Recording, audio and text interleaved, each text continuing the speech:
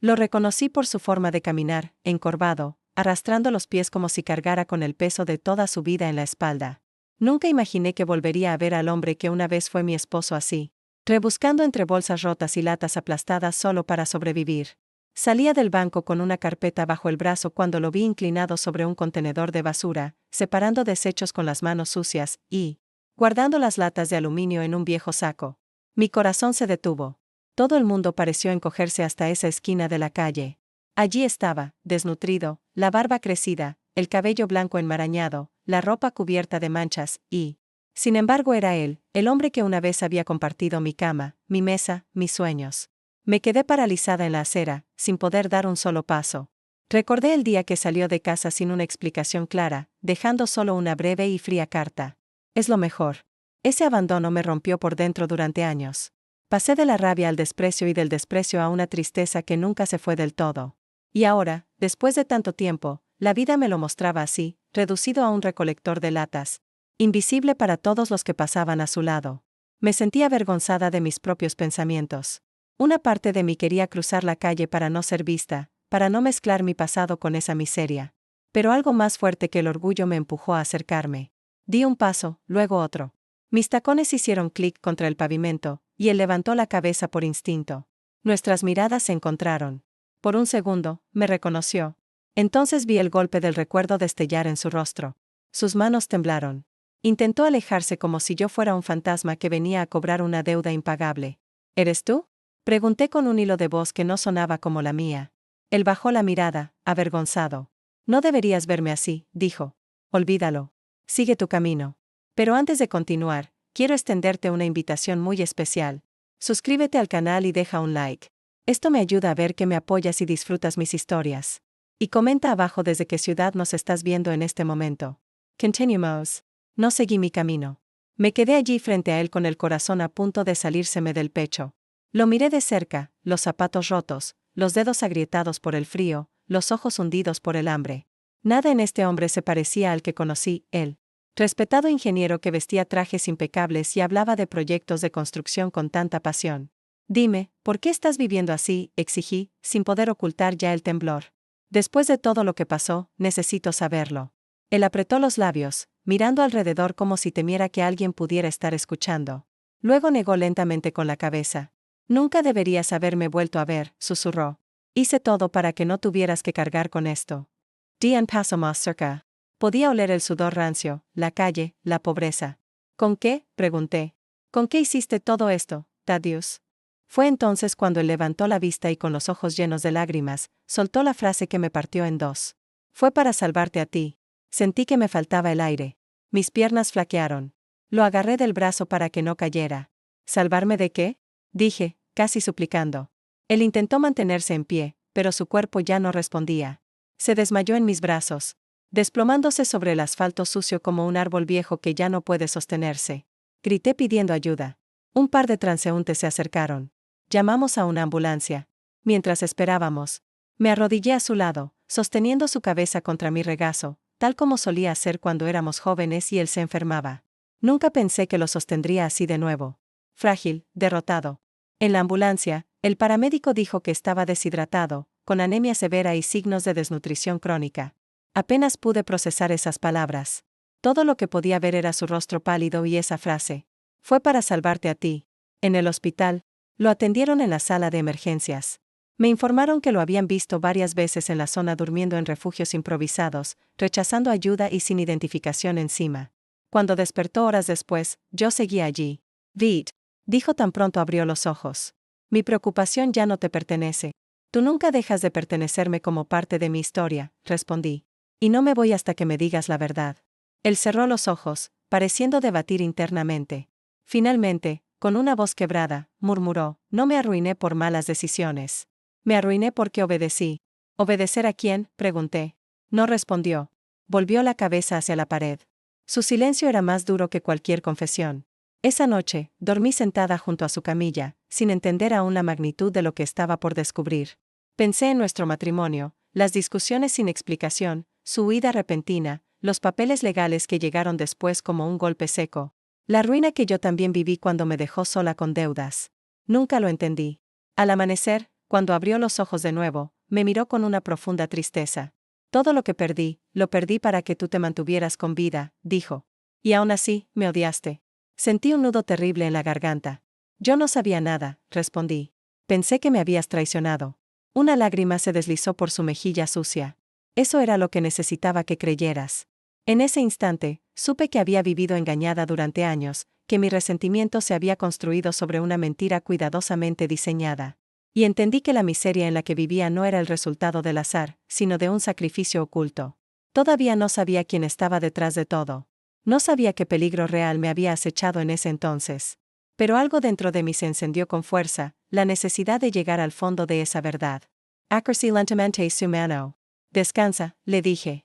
Esta vez no estás solo. Mientras lo veía cerrar los ojos de nuevo bajo la dura luz blanca del hospital, entendí que este reencuentro entre basura y latas no había sido una coincidencia. Había sido el comienzo de una verdad capaz de destruir muchas vidas y cambiar la mía para siempre. Él durmió casi todo el día siguiente, sedado por analgésicos y exhausto por años de abandono. Me quedé a su lado sin saber exactamente por qué, solo con la certeza de que si me iba, algo importante se perdería de nuevo en las sombras. Mientras lo veía respirar con dificultad, los recuerdos comenzaron a desfilar por mi mente sin permiso, como un río rompiendo viejos diques. Lo conocí cuando tenía 28 años. Él era un hombre lleno de planes, de grandes palabras, de manos fuertes. Trabajaba día y noche y aún así siempre encontraba tiempo para mirarme como si yo fuera su mayor logro. Me prometió un futuro estable, una casa propia, viajes, tranquilidad, y durante muchos años cumplió. No éramos ricos, pero éramos felices a nuestra manera. Yo cosía, administraba la casa, estiraba cada dólar. Él construía, arreglaba, sanaba. Nuestro matrimonio no era perfecto. Teníamos discusiones, largos silencios, pequeñas heridas que nunca acababan de sanar del todo. Pero nunca imaginé que el final llegaría como llegó.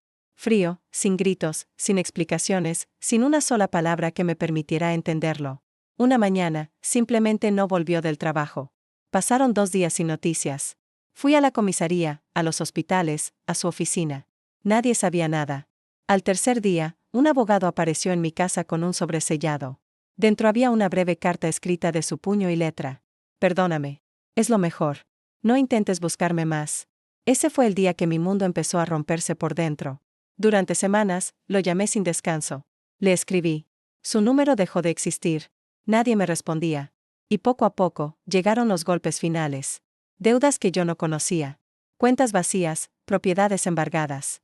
Los papeles legales aparecieron uno tras otro como una lluvia venenosa. En menos de 6 meses, lo había perdido todo.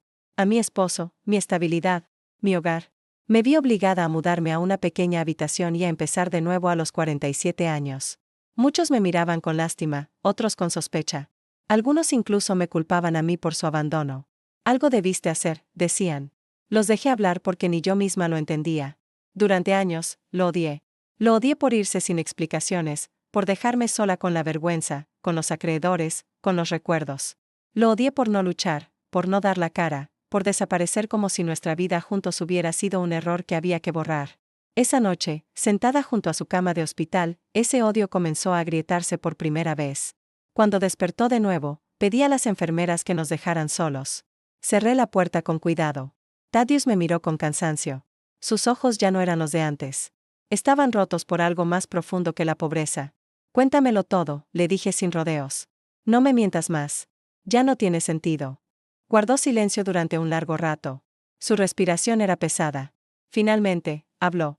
El día que desaparecí. Ese mismo día, se suponía que yo debía morir. Sentí que el pecho me explotaba. ¿Cómo puedes decir eso?, susurré. Porque esa era la orden que me dieron, respondió. Y yo elegí otra cosa.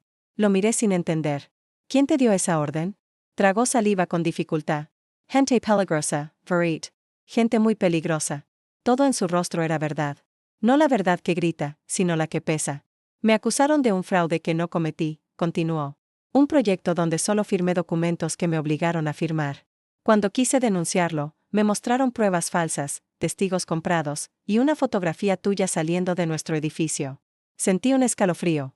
Me dijeron que si hablaba, si intentaba limpiar mi nombre, tú pagarías el precio. Las palabras me atravesaron como cuchillos. ¿Y por eso huiste?, pregunté con voz delgada. No huí, respondió con amargura. Me borré. Me contó entonces que aceptó cargar con la culpa de una falta que no era suya. Firmó acuerdos, entregó bienes, dejó que vaciaran nuestras cuentas para que la historia pareciera creíble, para que nadie dudara de su caída. Para que esos hombres no volvieran a mirarme a mí. Tenías que odiarme, dijo. Era la única forma de que no sospecharas nada. Lloré en silencio, apretando mis manos para no hacerme pedazos. Todos estos años, todo lo que yo sufrí fue para protegerme, pregunté. Para salvar tu vida, respondió. Me cubrí la boca con la mano. Sentí 40 años de resentimiento desmoronarse de golpe, dejando solo un vacío doloroso. ¿Y por qué nunca volviste?, susurré. Porque siguieron vigilando, dijo. Cada vez que intentaba acercarme, alguien me recordaba que tú seguías con vida solo porque yo estaba cumpliendo. Entendí entonces su miseria, no como una consecuencia, sino como una condición impuesta. Esa noche, no dormí. Caminé por los pasillos del hospital sin rumbo, mi mente llena de imágenes nuevas, reescribiendo toda mi historia, mi odio, mi abandono, mi ruina. Todo había sido parte de la misma operación de control. A la mañana siguiente, volví a su cama con una determinación diferente. Sabes, no puedo dejar de oír esto ahora, le dije. Ya no soy la mujer asustada de antes. Él me miró con preocupación. No remuevas el pasado, suplicó. El pasado mata. El silencio también, respondí. Y yo ya guardé silencio demasiados años. Intentó incorporarse. Si yo hablo, si tú hablas, vendrán. Que vengan, dije sin temblar. Esta vez no estarás solo. Por primera vez en mucho tiempo, vi miedo en sus ojos. No por él. Por mí. No sabes con quién te estás metiendo, murmuró.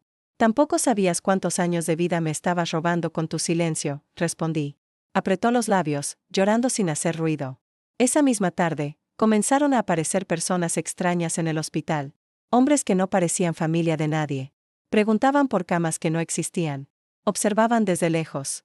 Thaddeus agarró mi mano con desesperación. Ya empezaron, susurró. Lo miré con la calma de quien ya ha perdido demasiado para echarse atrás. Entonces el final de esta historia también ya empezó.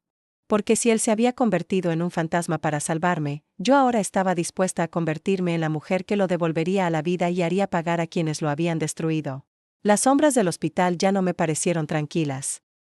Cada pasillo era una pregunta sin respuesta. Cada rostro desconocido, una posible amenaza. Desde la confesión de Thaddeus, mi mundo había cambiado de forma irrevocable. Ya no era solo la mujer que se había reencontrado con su ex esposo en la miseria.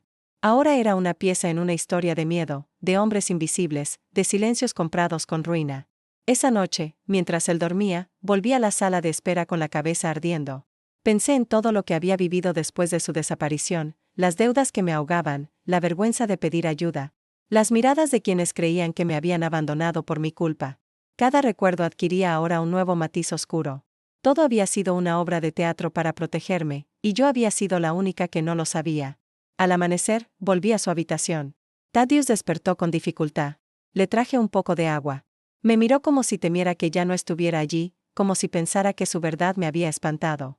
Todavía estoy aquí, le dije. Él asintió con alivio.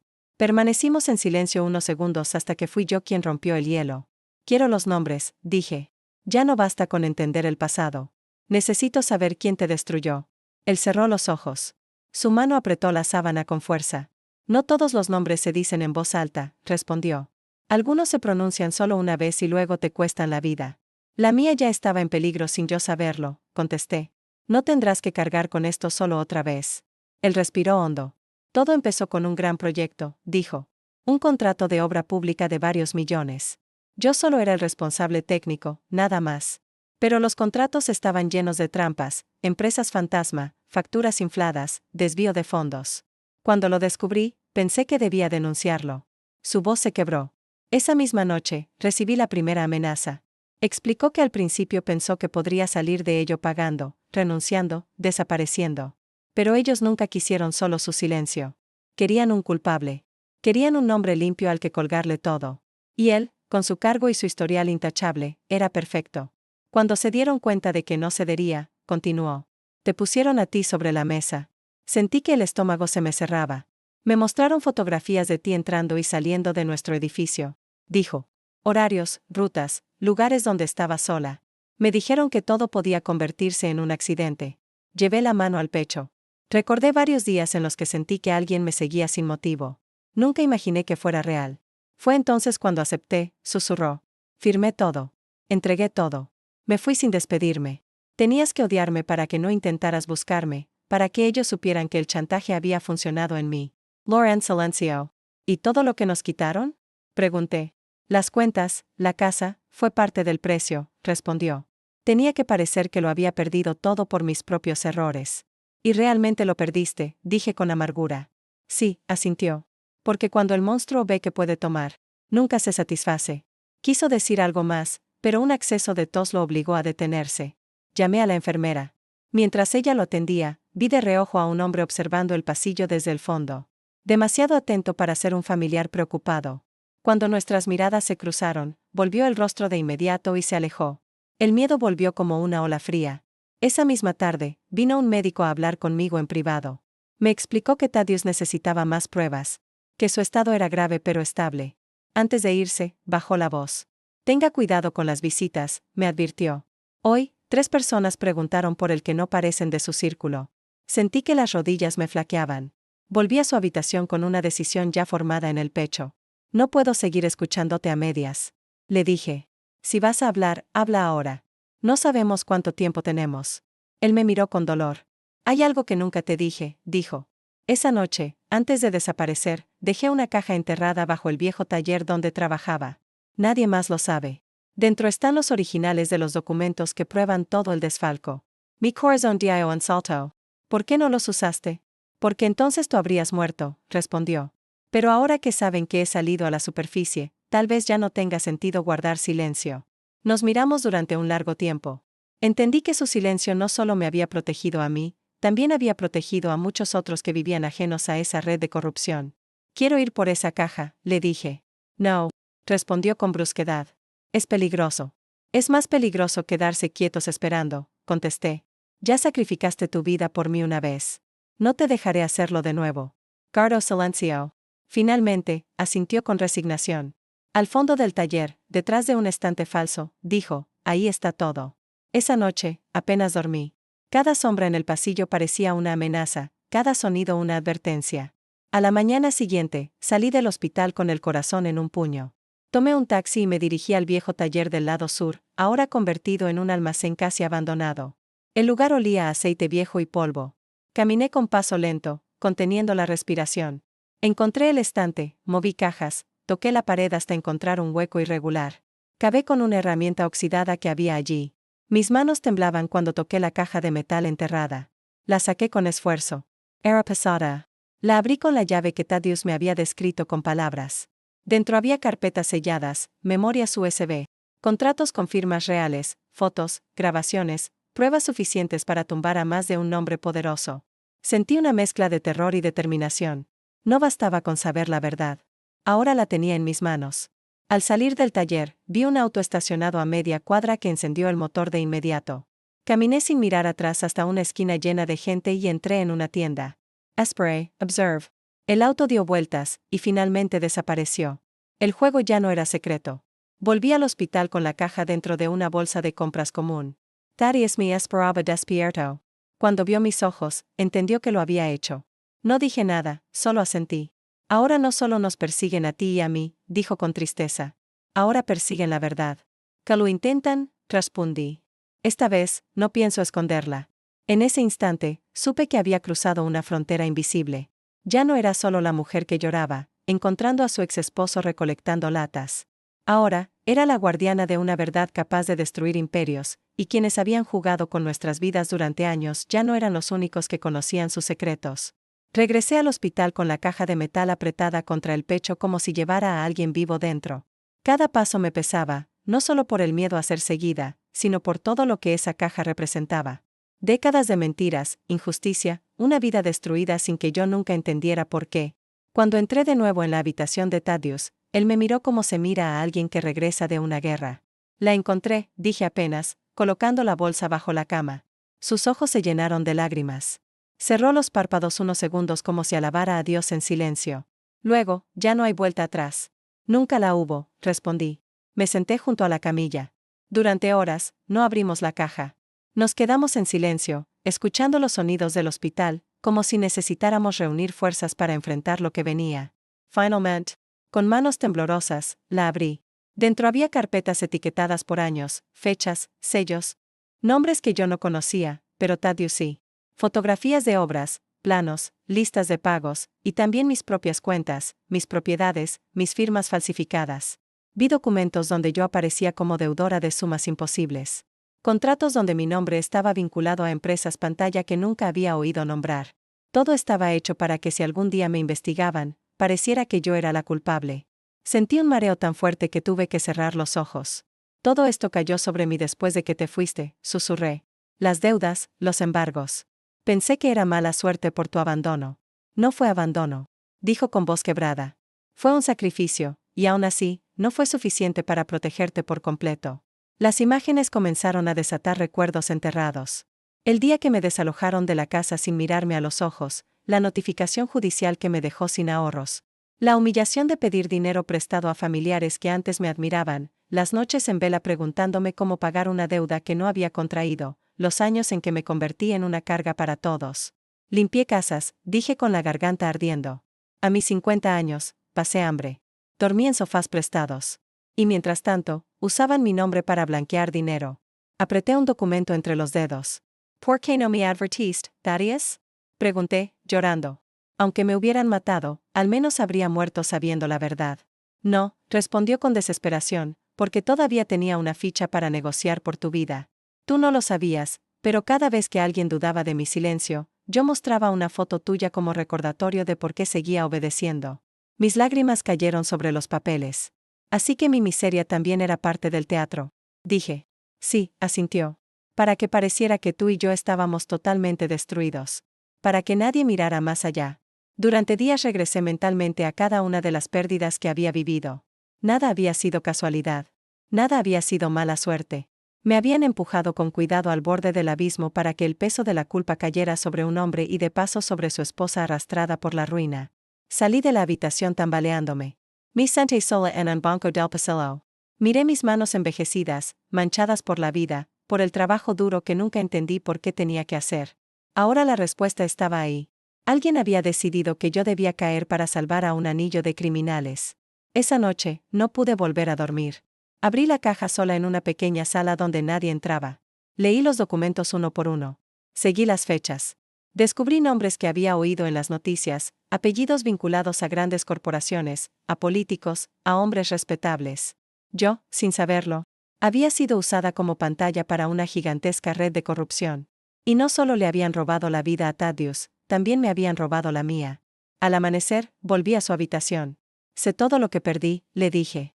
Ahora quiero saber quién me lo quitó. Él apretó los labios. Si vamos hasta el final, no habrá perdón, dijo. Solo sangre judicial. Caerán muchos. No quiero venganza ciega, respondí. Quiero justicia con nombres y apellidos. Él me miró con una mezcla de orgullo y miedo. Esa justicia mata lentamente. Yo también morí lentamente durante años, dije sin temblar. Ahora les toca a ellos caer sin máscaras. Desde ese día, dejé de ser solo una mujer herida por el pasado. Comencé a llamar en secreto a las mismas personas que antes me habían cerrado puertas, bancos, tribunales, viejos socios. Usé los documentos de la caja como una llave. Donde antes me negaban la entrada, ahora escuchaban en silencio. Vi cómo los engranajes comenzaban a moverse. Algunos me dijeron que era imposible, otros que era demasiado tarde, unos pocos que era peligroso. Lo sé, siempre respondía. Pero el peligro me persiguió toda la vida sin yo elegirlo. Ahora lo elijo. Él empeoró durante esos días. Su cuerpo ya no podía resistir la carga de tantos años de abandono. Lo veía dormir y pensaba que quizás no viviría para ver el final de todo. Y esa idea me apretaba el alma.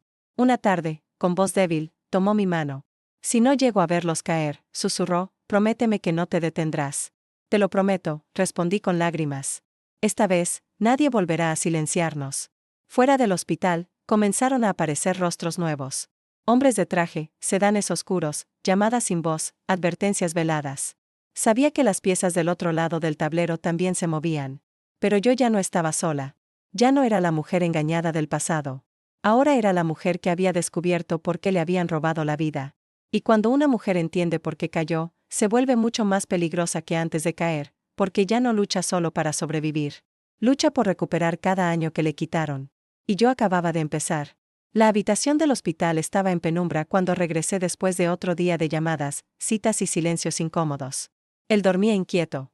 Su pecho subía y bajaba con dificultad, como si cada respiración arrastrara un peso invisible.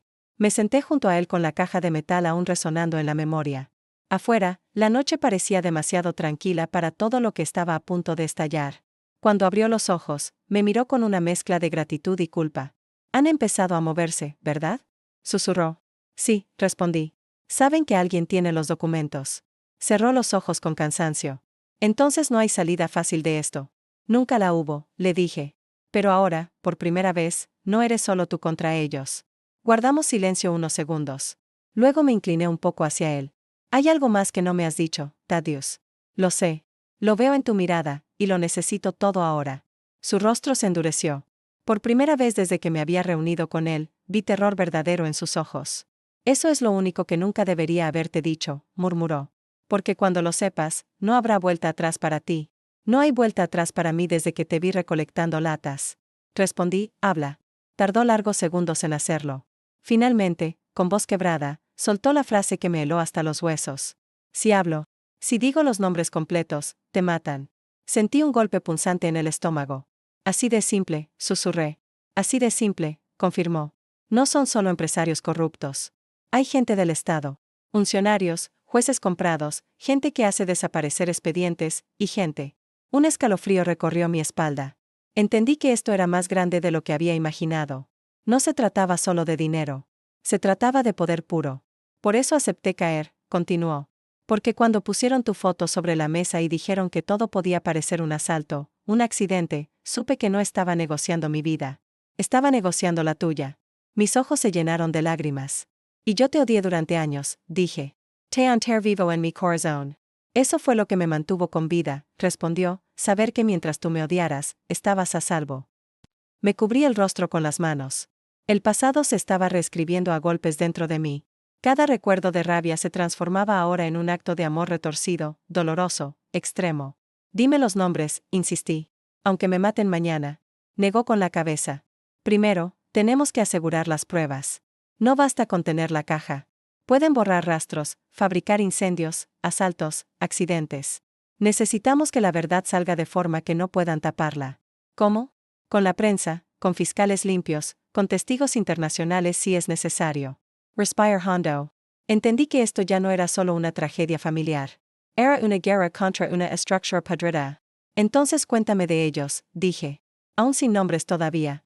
Thaddeus cerró los ojos y comenzó a relatar en fragmentos un consorcio de empresas, licitaciones amañadas, desvíos de millones, proyectos que nunca se terminaron, funcionarios que firmaban a cambio de sobres, abogados encargados de silenciar a quien se rebelaba. Me contó de un contador que apareció suicidado, de un ingeniero que huyó tras una falsa acusación, de un concejal que murió en un supuesto accidente doméstico.